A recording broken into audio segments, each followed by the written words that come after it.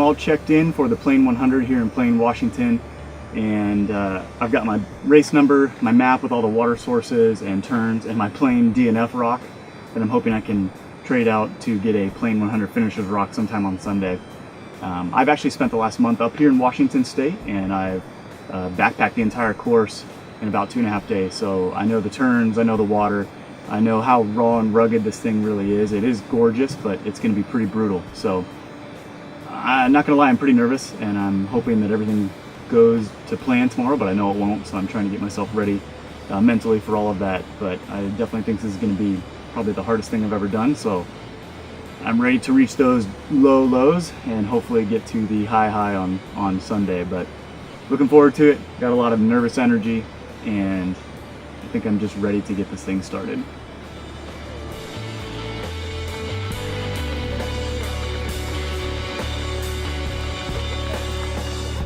Yeah. Yeah. Nice. Okay. Those steps. All right, now we go back. All right, it is 6:30 in the morning.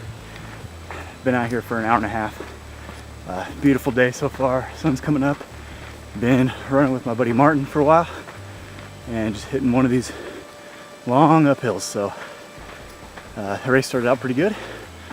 Having fun, and definitely glad to be finally going. This stuff is steep.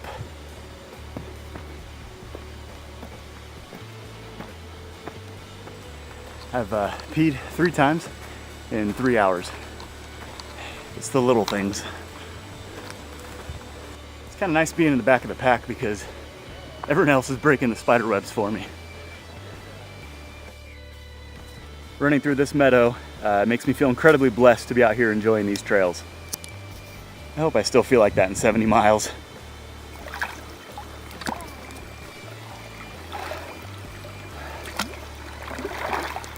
Some people don't like these little motorcycle moguls, or whatever they're called. I just play on them.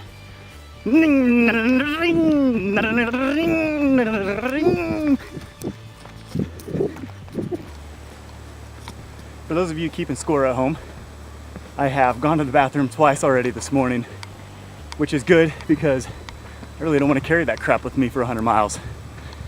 That joke was for you, meat. For anyone who's ever asked why we run 100 miles, this is it right here. Clone Peak. Well, I am definitely hydrated, like peeing at least twice an hour, which is overall good, but stopping so many times, kind of pissing me off.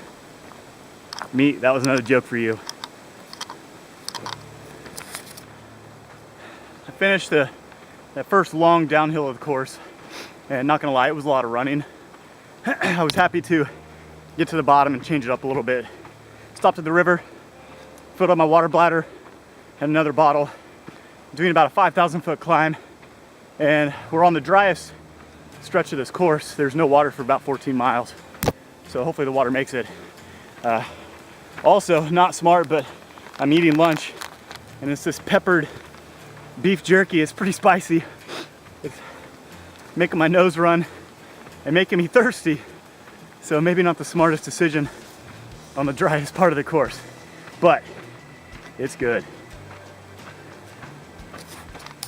All right, I finished the 4,800 foot 6-mile climb. That was relentless, and not gonna lie, it was a little touch and go about halfway up, but once I hit the false summit, I don't know, I just got another burst of energy and cruised up the rest. So I feel like I got it back, and I'm ready to run this ridge.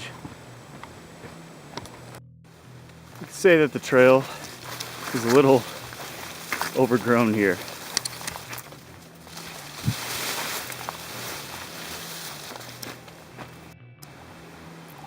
Tell you what, this cold creek water feels awfully good on the feet after about 50 miles.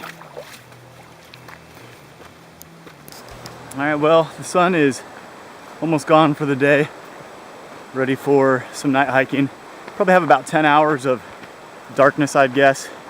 Luckily, I'm gonna break that up with a quick visit back at the start finish line and get a resupply so that'll break up the night, but this is I think where it's gonna get real. All right, I did a real quick stop at the start-finish line. Got more food, actually put on some warm gear, got my tights on and hat and gloves. It's gonna be cold tonight. It's 10 p.m. I did about a half-hour stop, so it's pretty efficient. I also had a hamburger and a PBR, so I'm feeling pretty good about that. But yeah, 10 p.m. It was a long first loop, longer than I was hoping it would be, but that's the way it goes. So 8 more hours of dark here. Got a lot of batteries, and just gonna go out and do it.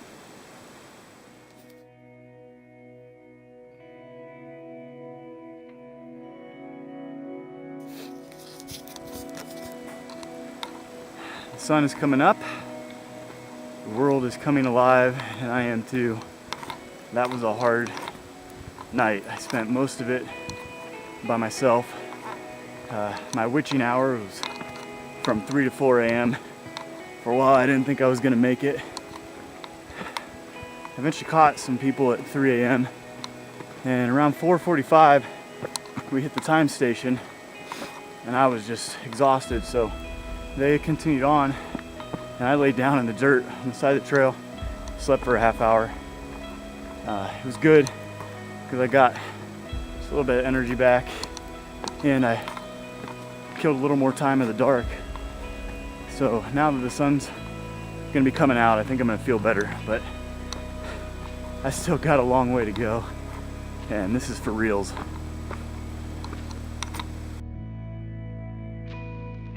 We are about 29 and a half hours into this thing, and I am 7 miles away from the finish. So I am super stoked to get there. There were 2 times during the Plain 100 that I did not think finishing was going to be possible for me. I'm in the very last stretch, and I can't even describe how happy I am to be here. What a difficult adventure, but one heck of a time.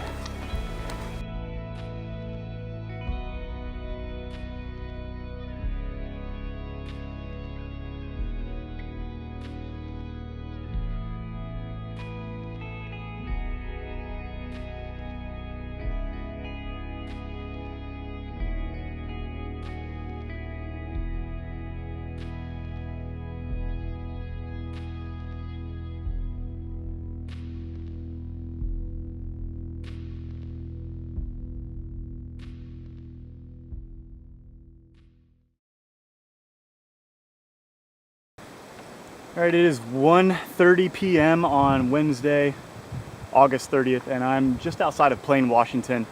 We've got about 2 weeks before the Plain 100, and I figured my final big run might as well just be a quick backpack of the 100-mile course. So I'm gonna take off. I've got my maps, gonna scout out all the turns, scout out all the water sources, and hopefully have a good couple days out here on the course, and then get back to the real world. So here we go. All right, it is 5 p.m. on Friday, September 1st, and I just made it back to the van from the Plain 100 course preview hike. And that was hard, a lot harder than I thought it was going to be. Not too worried, but at the same time, that was pretty burly. So hopefully 2-week taper, I'll be ready to do this all in one fell swoop. So